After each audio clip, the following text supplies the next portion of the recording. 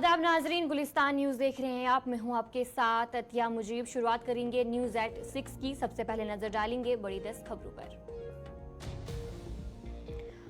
अमरनाथ यात्रा की तैयारियां जारी। एलजी मनोज सिन्हा ने बलताल बेस कैंप में 100 बेड अस्पताल का किया इफ्तिताह।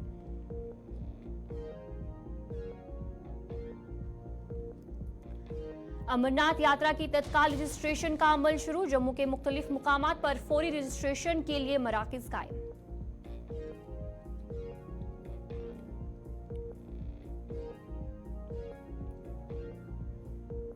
बाबर कादरी कत्ल मामले में अहम पेशरफ्त। बार एसोसिएशन के साबिक सदर मियां कयूम को किया गिरफ्तार।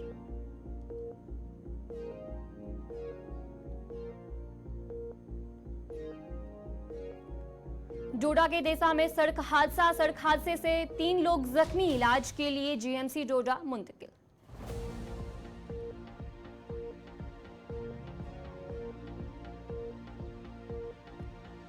जम्मू कश्मीर में असेंबली इंतखाबात की तैयारियां तेज। चीफ इलेक्टोरल ऑफिसर ने की अहम मीटिंग।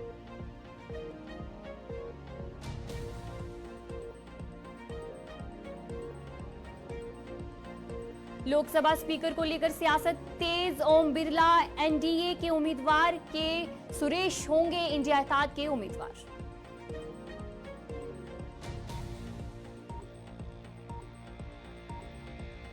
नीट पेपर लीक मामले में सीबीआई ने जांच तेज की। पेपर लीक मामले में अब तक 25 से ज्यादा गिरफ्तारियां। मजीद गिरफ्तारियों के लिए छापेमारी जारी।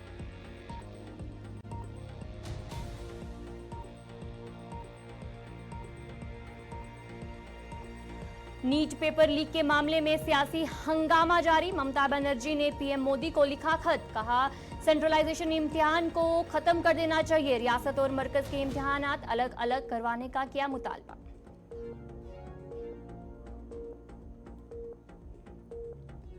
दिल्ली में पानी के बुरान से 4 दिन से भूख हड़ताल पर आतिशी की बिगड़ी तबीयत। शुगर लेवल 43 तक पहुंचा।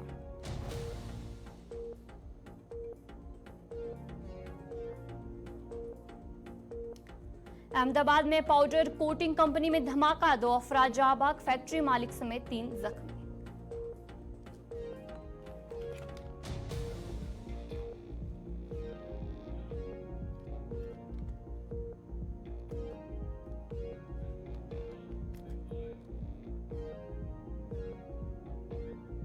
तो चलिए थी कुछ बड़ी 10 खबरें। अब बाकी अहम खबरों की तरफ भी रुख करेंगे। उत्तर प्रदेश के रायबरेली पार्लिमानी हलके से मुंतखब कांग्रेस लीडर राहुल गांधी ने भी आज लोकसभा के रुकन के तौर पर हल्फ लिया। उनके अलावा समाजवादी पार्टी के सदर अखिलेश यादव और दूसरे अरकान ने भी हल्फ लिया। आइन की कॉपी थामे राहुल गांधी ने अंग्रेजी में आज हल्फ लिया।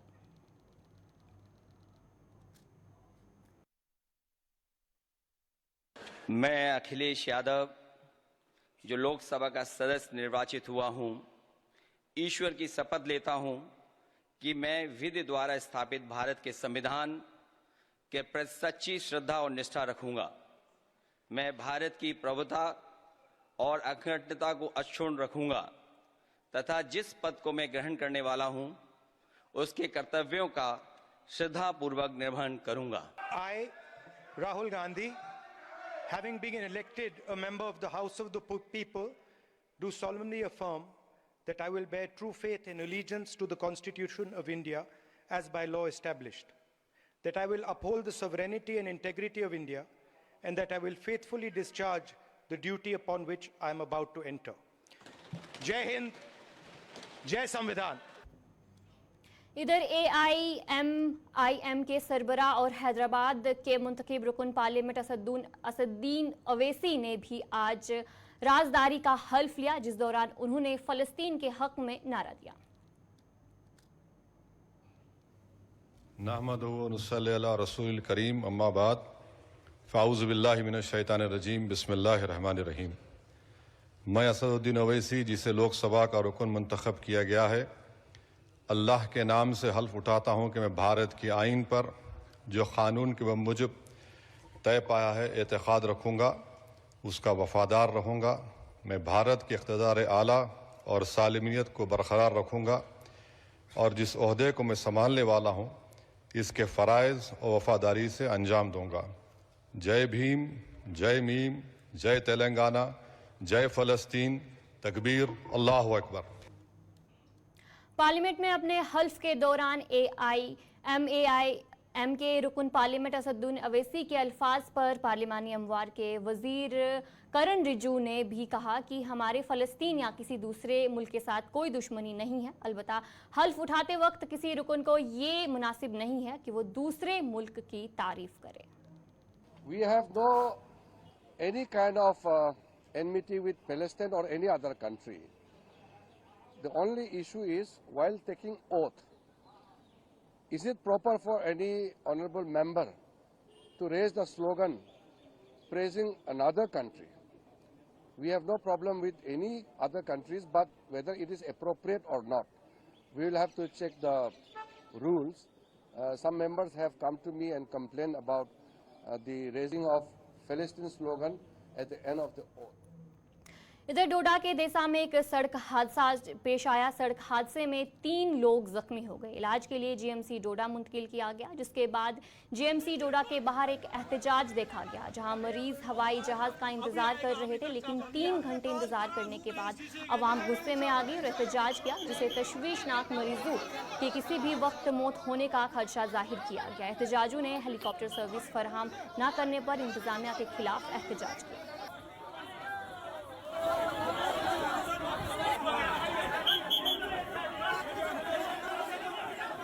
अहमद मलिक भागवा से बिलोंग करता हूँ। ये एक्चुअल भागवा से बिमना की तरफ जा रहे थे, तो बिमना से जब वापस आए तो एक जगह का नाम थनोत है, वहाँ इनका एक्सीडेंट हो गया। तो काफ़ी ख़राब है रास्ता, काफ़ी ख़राब है रास्ता। यहाँ पे क्या बताया गया? अब बताया गया, अब दो घंटे हो गए, बोला अभी आएगा चापर, अभी आएगा चापर, अभी आएगा, अभी तक आया नहीं। अब तक अगर हम बाई रोड गए होते तो पहुँच गए होते जम्मू।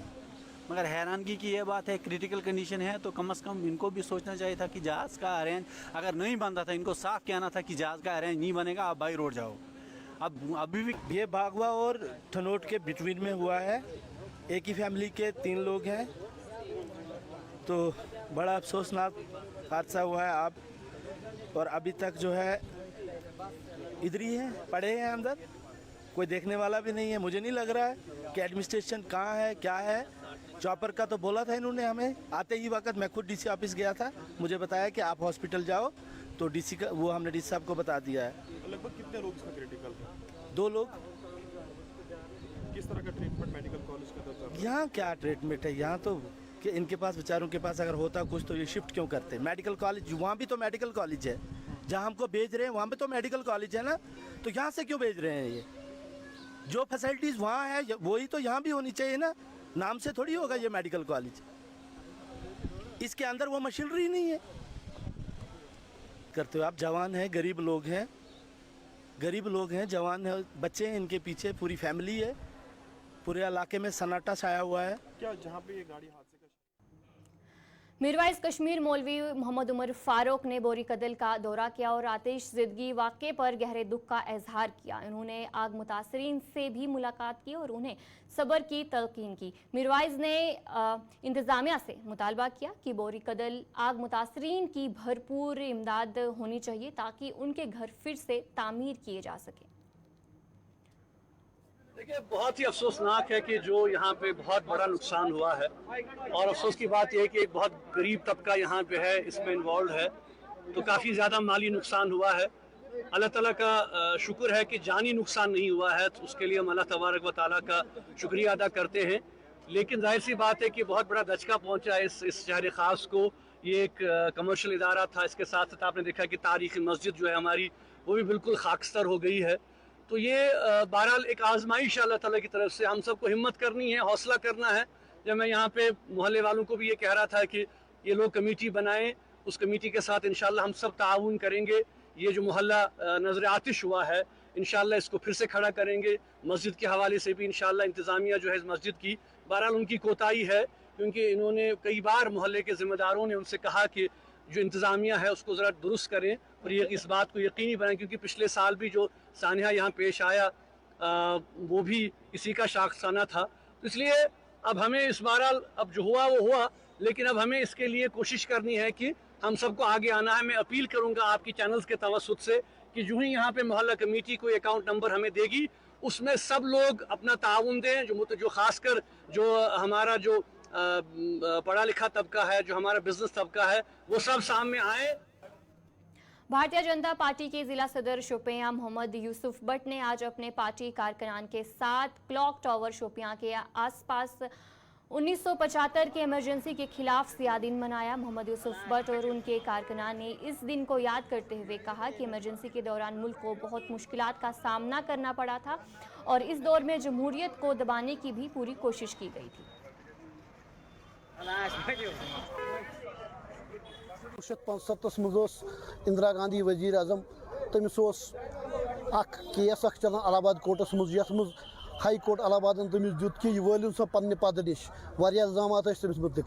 तम पत कोर तम सुप्रीम कोर्टस मज केस दायर, अपील कर सुप्रीम कोर्ट दोप अमिस दिव सा क्या टाइम, मगर अथ सती कोर इंदिरा गांधी एमरजेंसी लागू। यथ एमरजेंसी मज तम सियासी लीडर इस क्रैक दिन वोल डेमोक्रेसी कथ कर वोलस तम आई सारी अरेस्ट कर, पत्रकार तान आई बंद कर, जबरदस्त काला दिवस दह मनाने, यह सुई तम दह जबरदस्त जुल्म गोमुत, जबरदस्त जुल्म कोर्मुत इंदिरा गांधी तथ वक्त। भारतीय जनता पार्टी ने अनंतनाग में भी 1975 के इमरजेंसी के खिलाफ सियाह दिन मनाया। इस दौरान भारतीय जनता पार्टी ने कांग्रेस के खिलाफ नारे लगाए।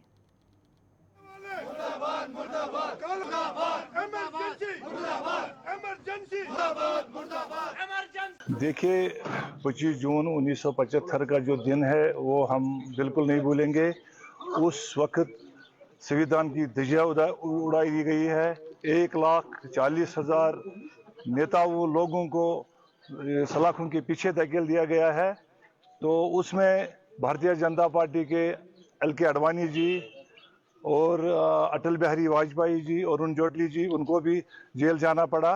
तो इस दिन को हम काले दिन के तौर पे मनाते हैं। भूखमरी से लोग मरे, जेल तो दीगर बात है, बट जो उस वक्त देशवासी हमारे परेशान हुए, और खाना उनको नसीब नहीं था, ये इंदिरा गांधी के कारण हुआ, ये कांग्रेस के कारण हुआ।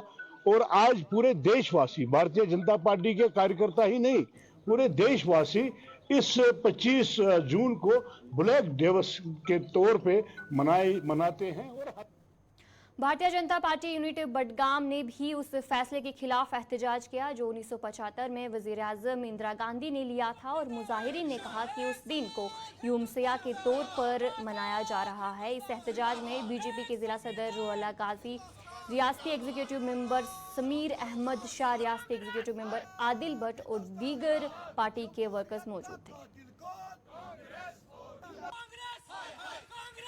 इंदिरा गांधी की गवर्नमेंट, कांग्रेस हुकूमत ने, इसकी हुकूमत ने इंदिरा गांधी जी के वक्त में इन्होंने जो कॉन्स्टिट्यूशन पे, डेमोक्रेसी पे और सुप्रीम कोर्ट के साथ एक मजाक बना के पूरे हमारे वतन अजीज हिंदुस्तान के लोगों को मजलूम महकूम बनाया।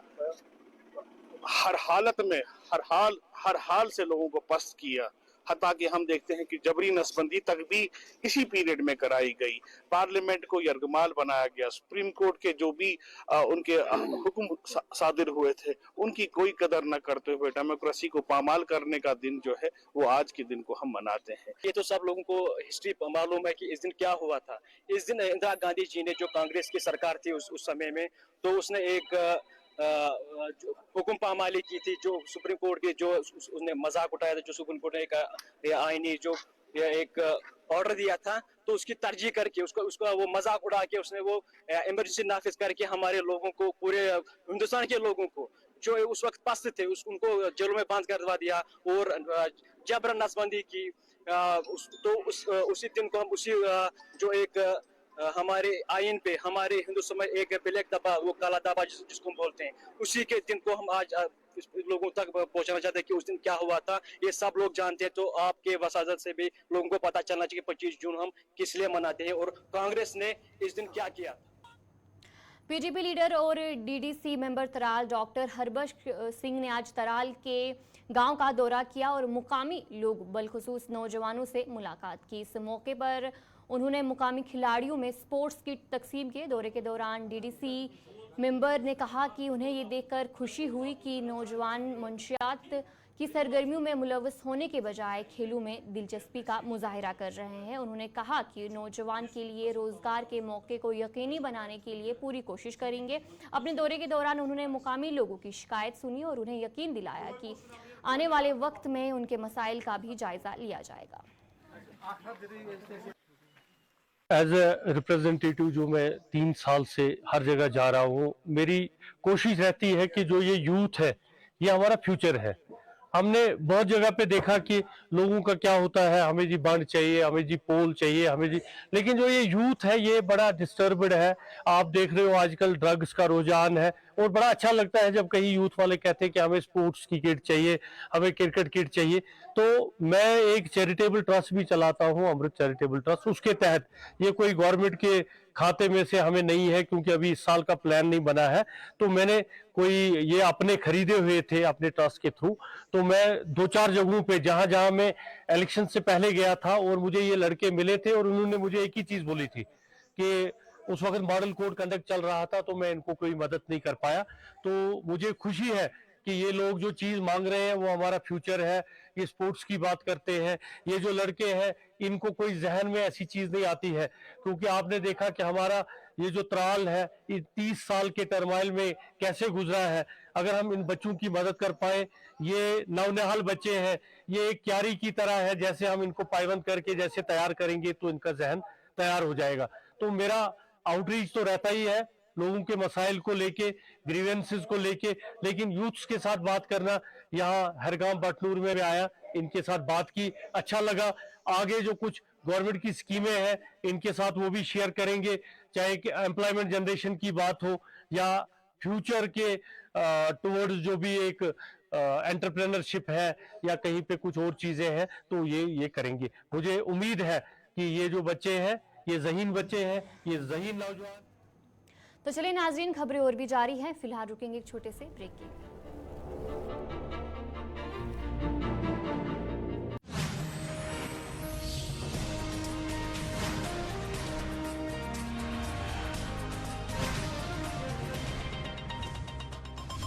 यहाँ भी वर्ल्ड क्लास यूनिवर्सिटी है। क्यूएस वर्ल्ड रैंकिंग्स ने चंडीगढ़ यूनिवर्सिटी को इंडिया की नंबर 1 प्राइवेट यूनिवर्सिटी कहा है। Chandigarh university is a world class university. See, with state of the art infrastructure,